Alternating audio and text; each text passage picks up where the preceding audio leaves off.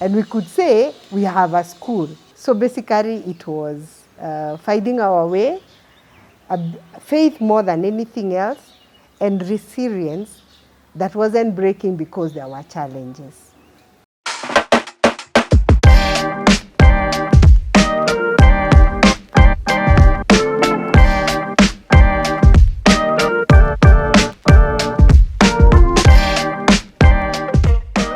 What was my initial business strategy?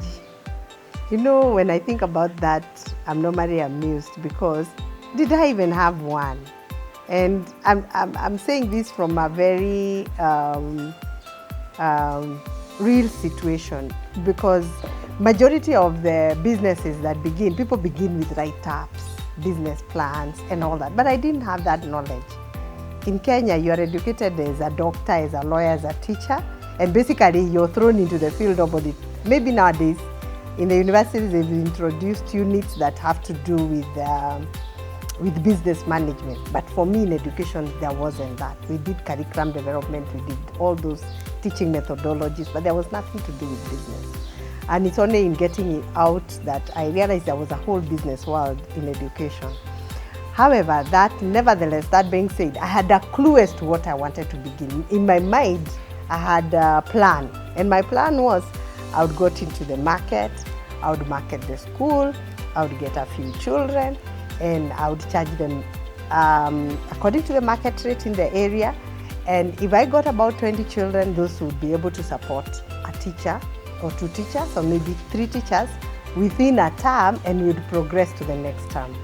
So one, I didn't have a business premise. I didn't have enough capital to go hire a whole premises as a business place.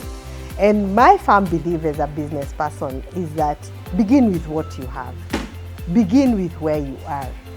And what I had at that particular time was a lot of passion, was the knowledge that it was possible. And when I looked around, the only person who had a room that could be turned into a primary school was actually my mother. And I went and asked her whether she could give me one of the rooms that she was preparing for her rental income as her retirement plan. And she gave me one room and told me, okay, you start the school there, but normally one room is not enough. I'll give you 2, so that at least one is a class and the other one you can even keep it as a store or an office or whatever else you need as a school. And so she gave me 2 rooms. And the other one is that I had very little money that I had saved up in my former teaching position. And I tried to put it in whatever was necessary. Carried a few things from home. And we had a school that was running.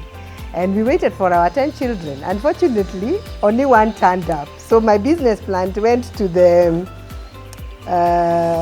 there was no business plan. I had one child and I had begun a school, and therefore the school had to run. And the teacher, I had to hire a teacher and bring them on board so that the child could be taught.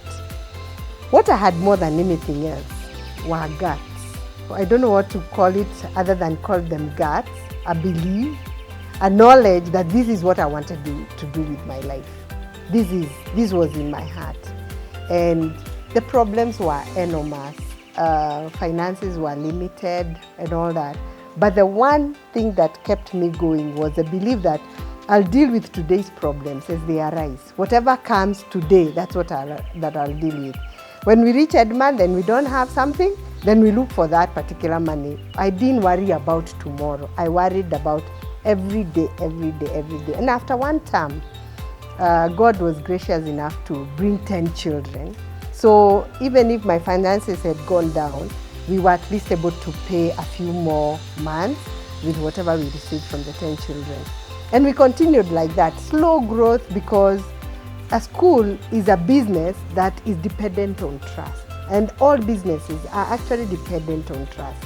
And one of the things that build trust in the business environment in which I was that I kept my word. I kept my word. Whatever I told parents I would do, we did our best to do it. And that kept on building trust within the community. One parent would tell the other one, And after like a number of years, we were having 100 children in the school, and we could say we have a school. So basically it was finding our way, faith more than anything else, and resilience that wasn't breaking because there were challenges.